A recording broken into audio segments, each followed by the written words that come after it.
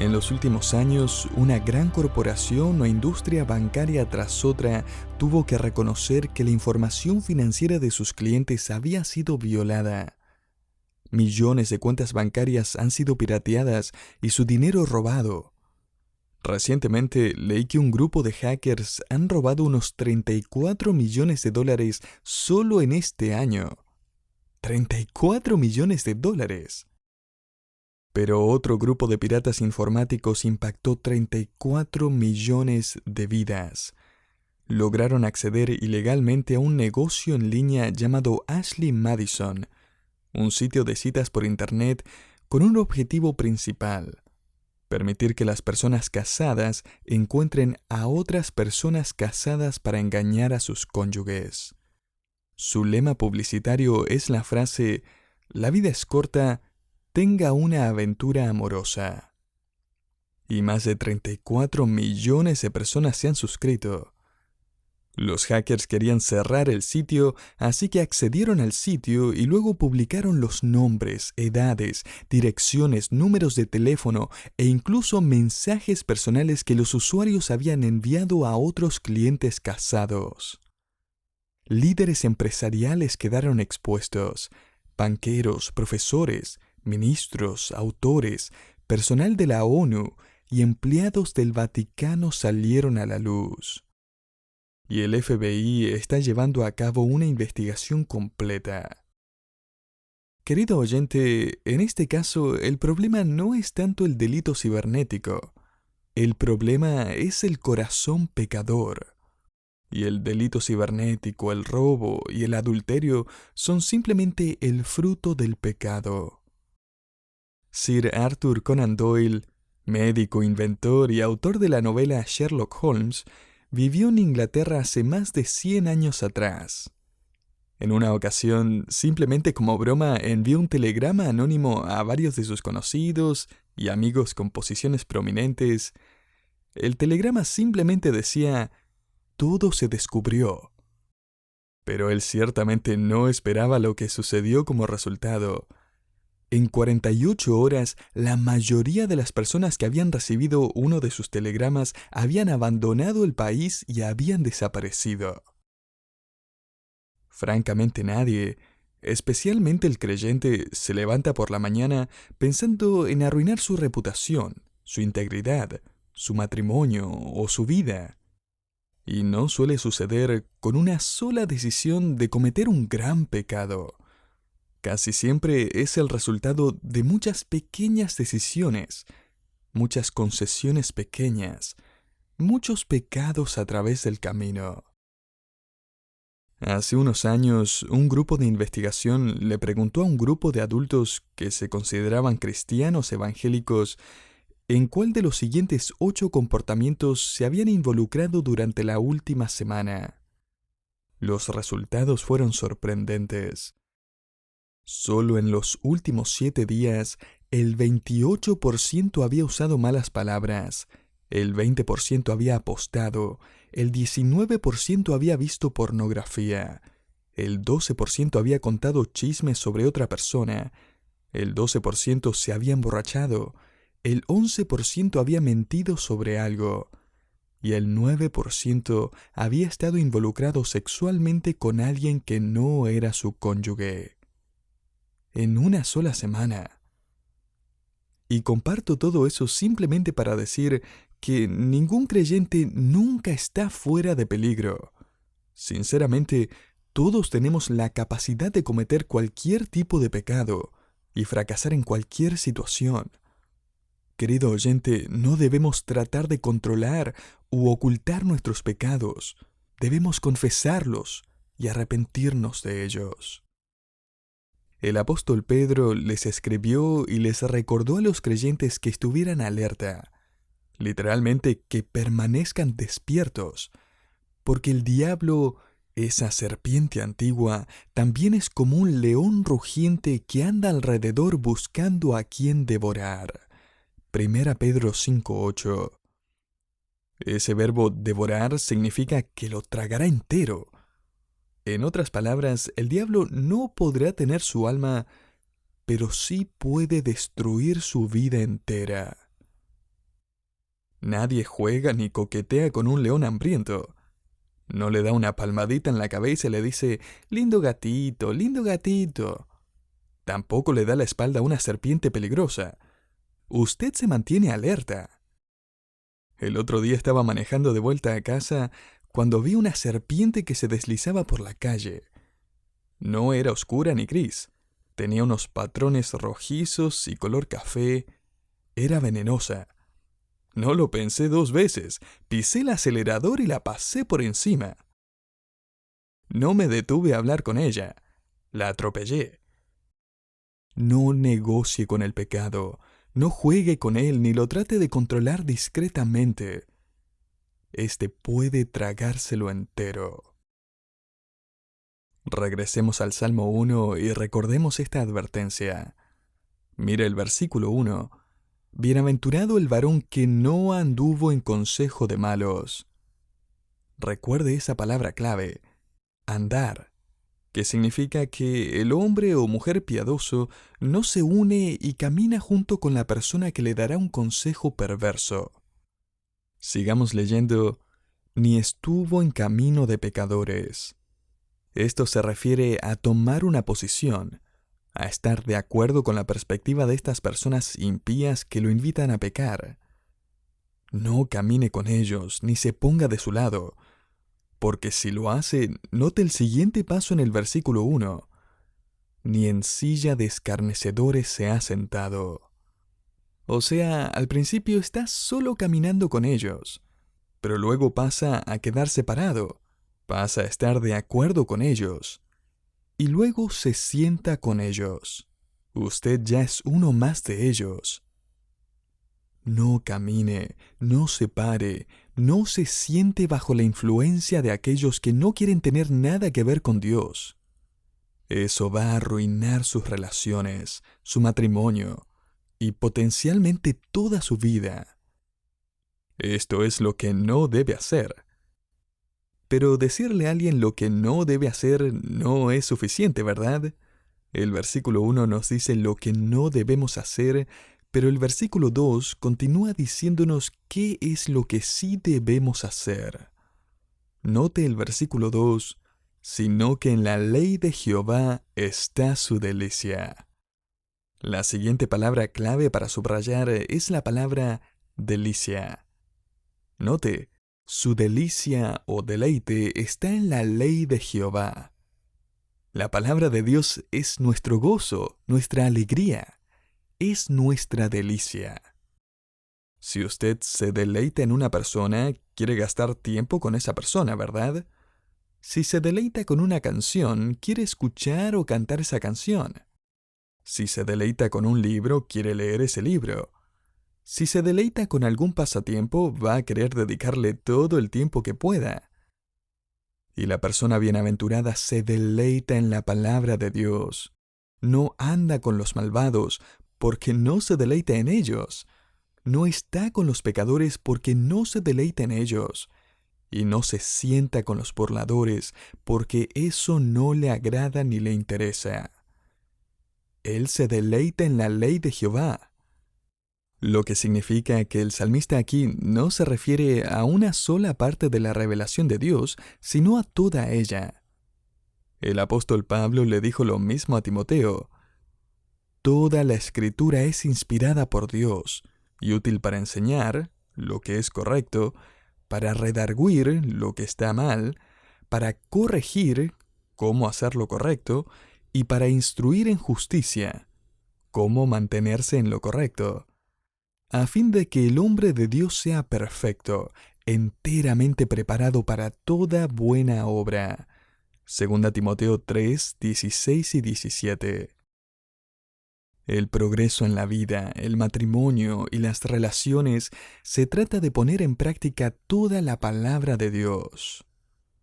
Algunas personas solo toman un versículo o dos y lo tuercen tanto que hacen que solo defienda su opinión, distorsionando completamente su perspectiva.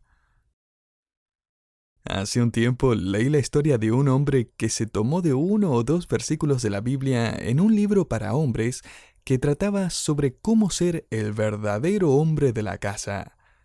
De hecho, el libro se titulaba El hombre de la casa. Un día lo estaba leyendo durante su viaje desde el trabajo a la casa. Pensó que era hora de probarlo con su esposa. Así que entró por la puerta principal, la señaló con el dedo y dijo: «De ahora en adelante yo soy el hombre de la casa. Mi palabra se debe cumplir porque yo soy el líder. Así que esta noche vas a preparar mi comida favorita y cuando termine de comer me vas a preparar un baño. Y cuando termine de relajarme en el baño, adivina quién me vestirá y peinará». A lo que su esposa le dijo: «Bueno, ese sería el director de la funeraria».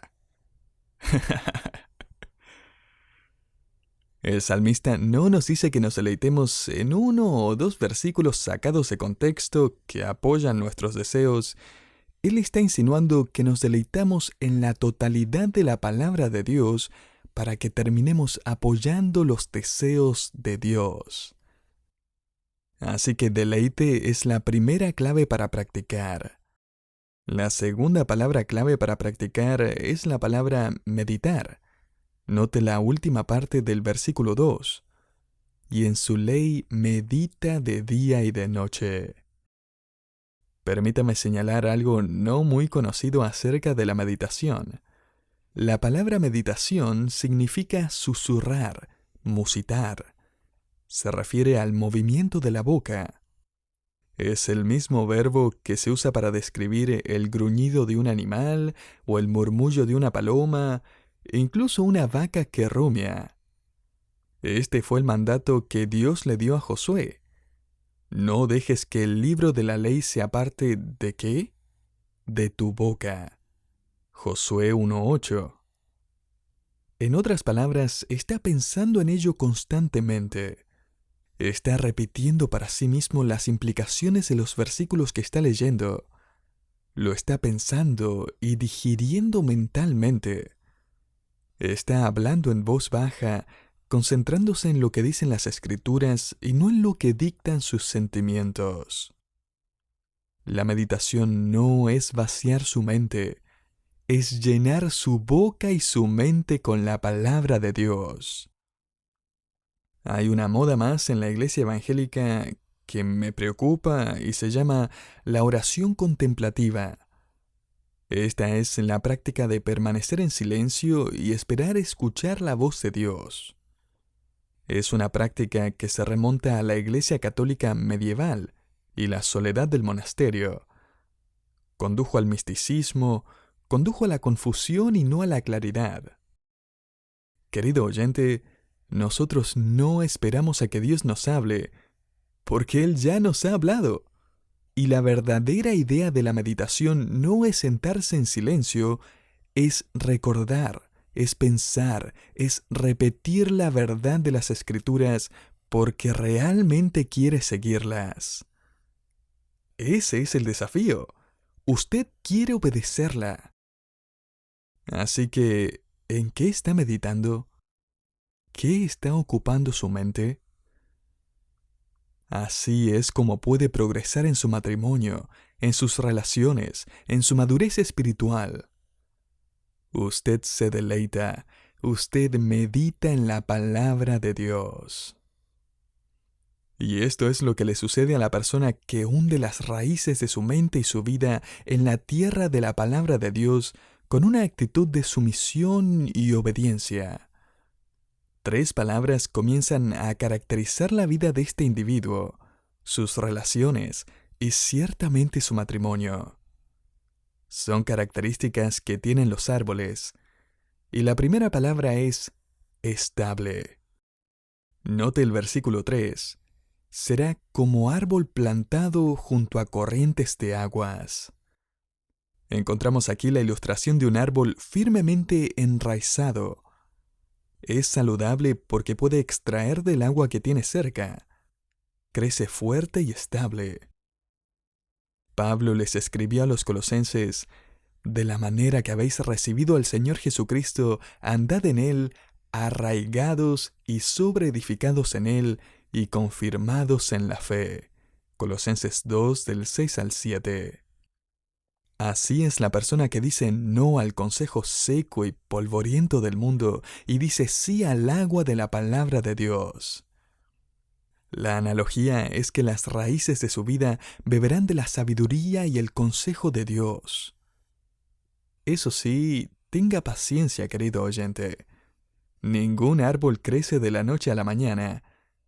Como un árbol se necesitan años para construir una vida, pero puede comenzar en este mismo momento.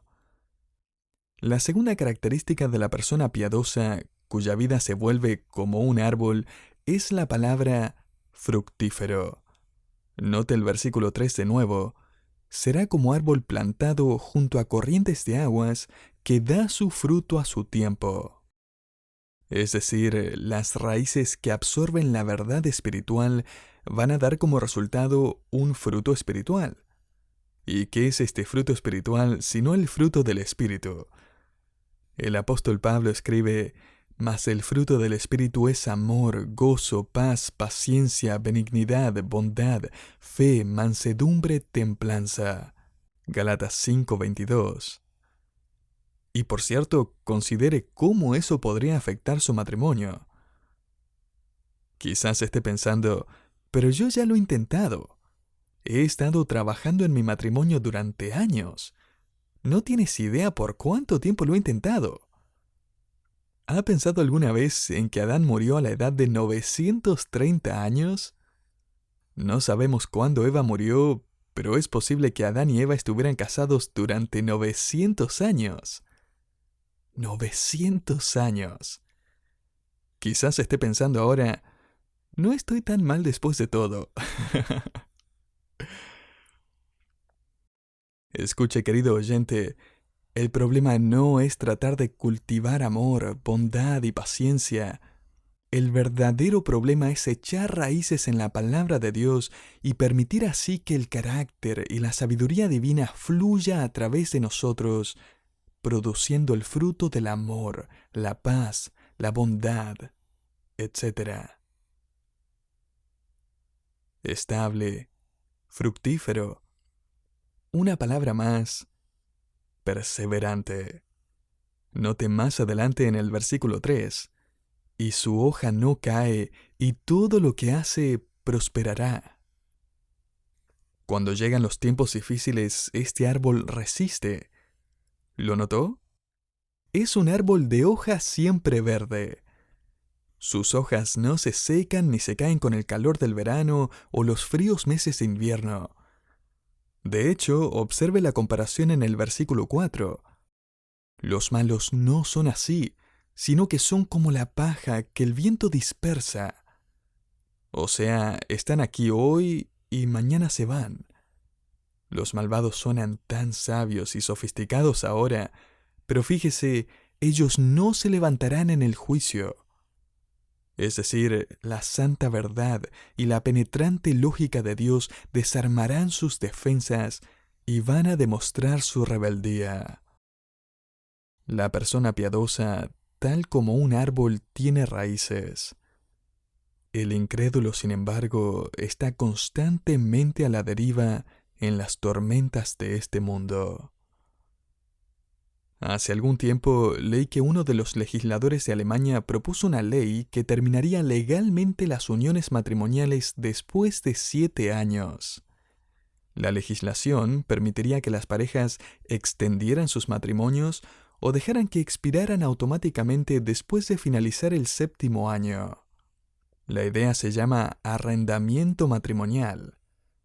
Un artículo del Diario de Washington defendió el concepto con estas palabras: así es como podría funcionar un contrato de arrendamiento conyugal. 2 personas se comprometen a contraer matrimonio por un periodo de tiempo, 1 año, 5 años, 10 años, el plazo que les convenga. El contrato de arrendamiento matrimonial podría renovarse al final del plazo tantas veces como desee una pareja.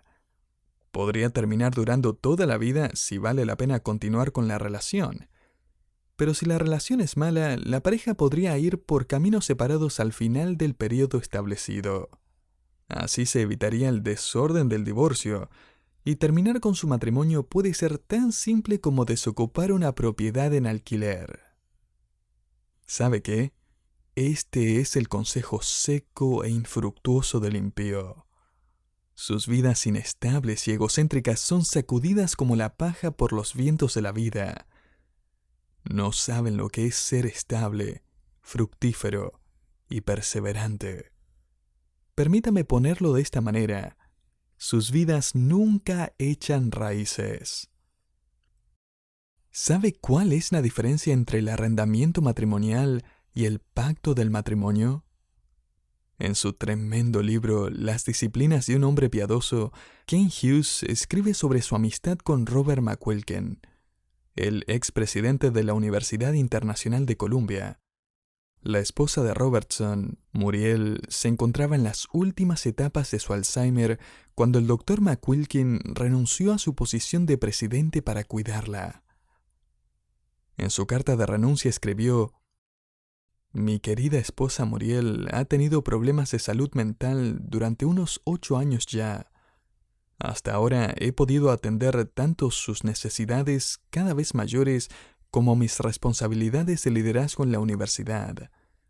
Recientemente se ha vuelto evidente que Muriel está contenta la mayor parte del tiempo que está conmigo, pero casi nunca cuando estoy lejos de ella. Y no es solo descontento, le da mucho miedo, incluso terror de haberme perdido, y siempre va a buscarme cuando salgo de la casa. Está claro que ella ahora me necesita a tiempo completo.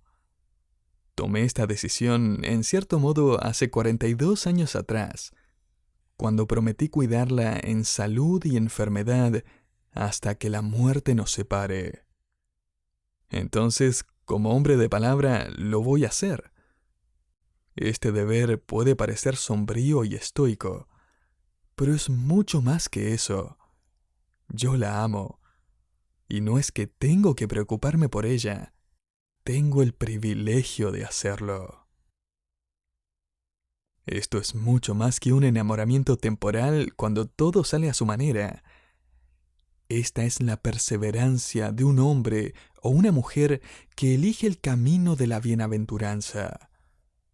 No es el camino más fácil o el más simple, pero es un camino caracterizado por la estabilidad, la perseverancia y una vida fructífera.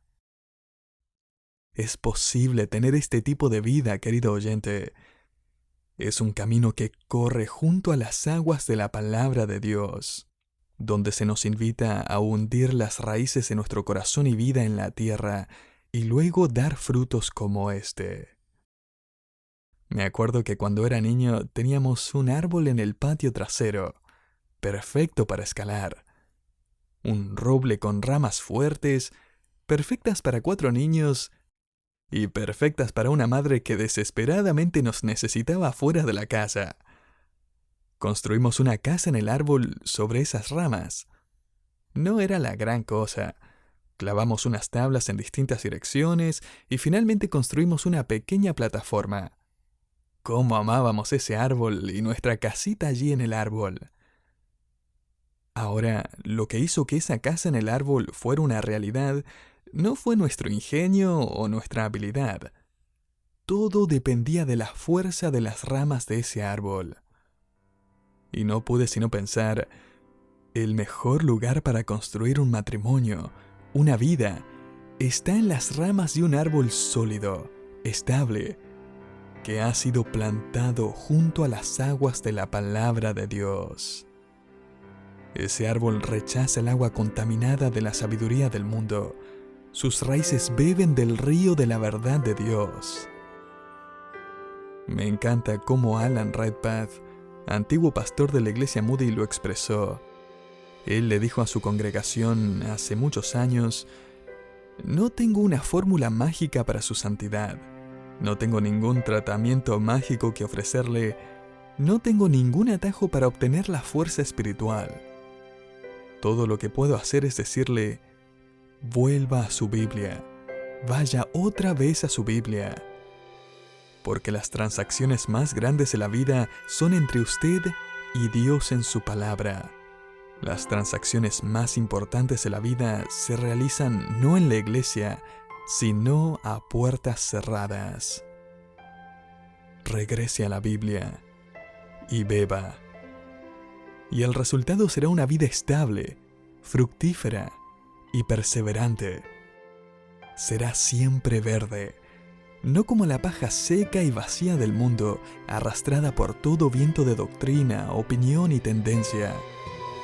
Usted, querido creyente, usted es como un árbol de hojas siempre verde. Y su matrimonio, sus relaciones, su negocio, su caminar en la vida está construido como las fuertes ramas de un árbol, plantado junto a corrientes de verdad divina. Así que beba más. Llénese de la palabra de Dios.